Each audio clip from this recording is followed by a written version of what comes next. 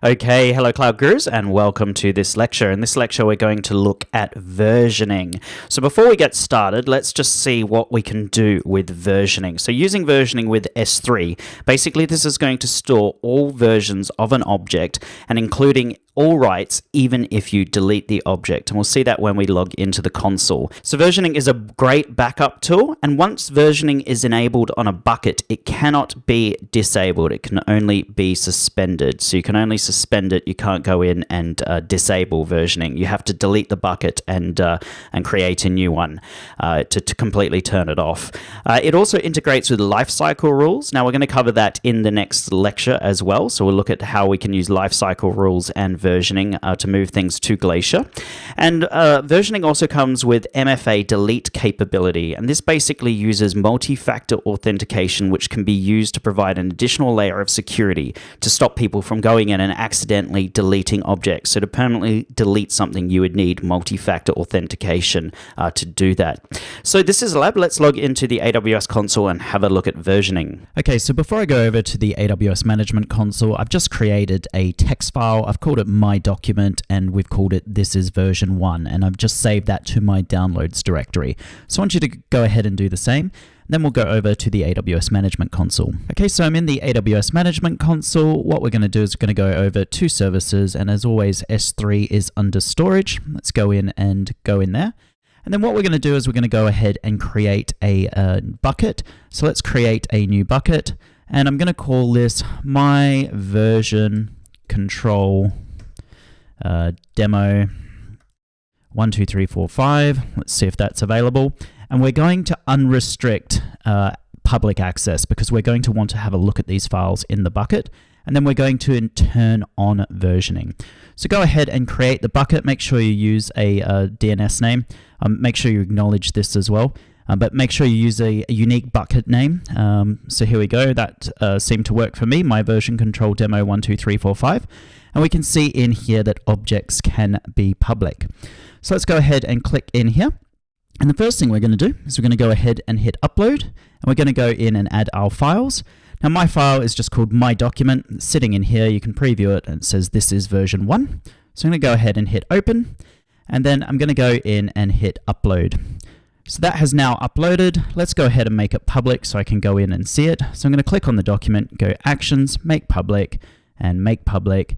And then we'll go in and close this down, and let's just click on the object and click on the object URL. And you can see it says this is version 1. So it is a publicly accessible text file in our bucket. So what we're going to do now is we're going to go back over to our text editor, and I'm just going to change this to this is version 2. I'm going to go ahead and save. I'm back in my bucket, and I'm going to go in and upload another file. So let's go add that file. And it's called my document. You can see that this is version 2. I'm going to go ahead and hit upload, and then I'm going to upload that and hit exit. Now before we play with that, let's just go back to our text editor, and we're going to make this version 3. We'll say this is the final version. So I'm going to save that. I'm back in the AWS management console. I'm going to upload that file. So add files, and then we're going to add in my document .txt. I'm going to go ahead and hit open, and then I'm going to go ahead and hit upload. Okay, so we've uploaded 3 versions of our file. Now we can actually see those 3 versions by clicking in here and going to list versions.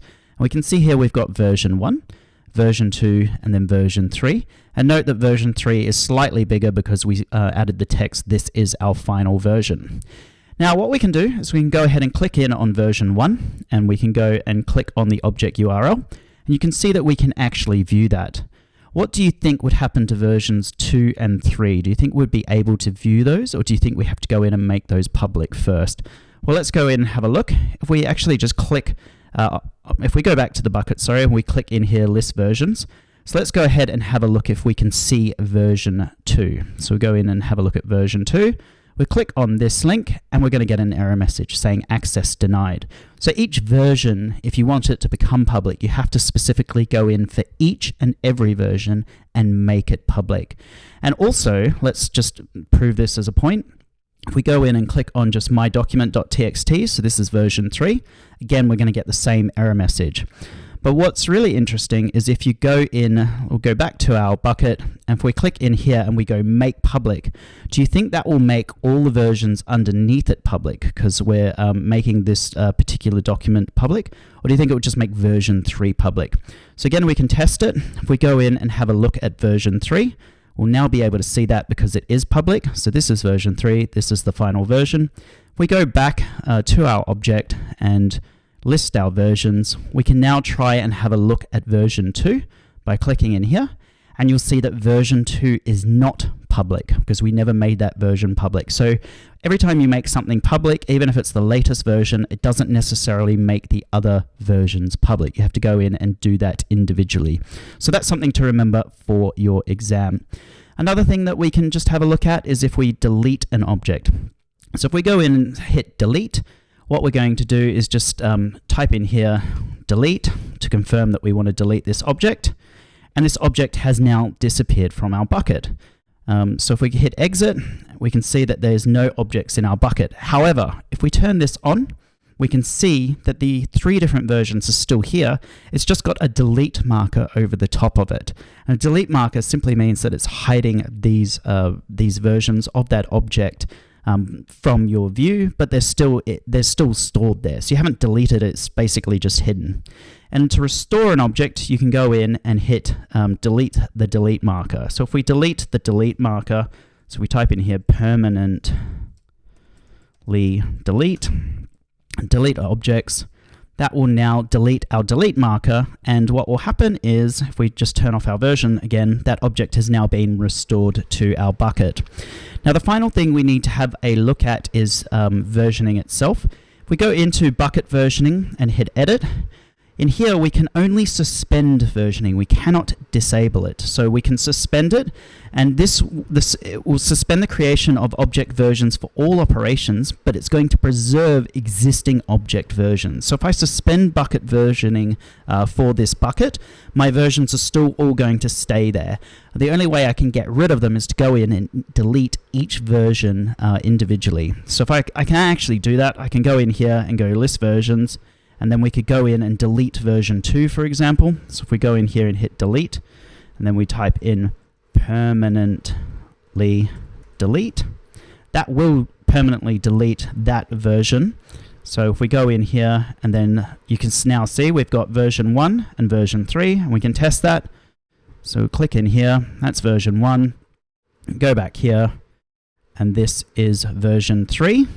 But we no longer have version 2. It has been permanently deleted. So you can permanently delete individual versions, but it is a process. If you delete the file itself, it's just putting a delete marker over the object. The object itself isn't deleted, and all versions aren't deleted. However, you can go in and individually delete previous versions. So hopefully that all makes sense. Let's go on to my exam tips. So what are my exam tips? Well, just remember that versioning stores all versions of an object, including any writes, and even if you delete an object, it's going to place a delete marker over that object, but the versions that existed before it will still exist. It's a fantastic backup tool, and once enabled, versioning cannot be disabled, it can only be suspended. It integrates with lifecycle rules, which we're going to look at in the very next lecture, and this is the most important for the exam. Just remember that versioning has multi-factor authentication delete capability, and this basically uses multi-factor authentication in order to delete a file. So if someone wants to delete a file, they'll have to provide MFA in order to do it, and this can be used to provide an additional layer of security. It's critical to remember that going into your exam. So now that we know about versioning, let's go ahead and have a look at lifecycle rules. So if you've got the time, please join me in the next lecture. Thank you.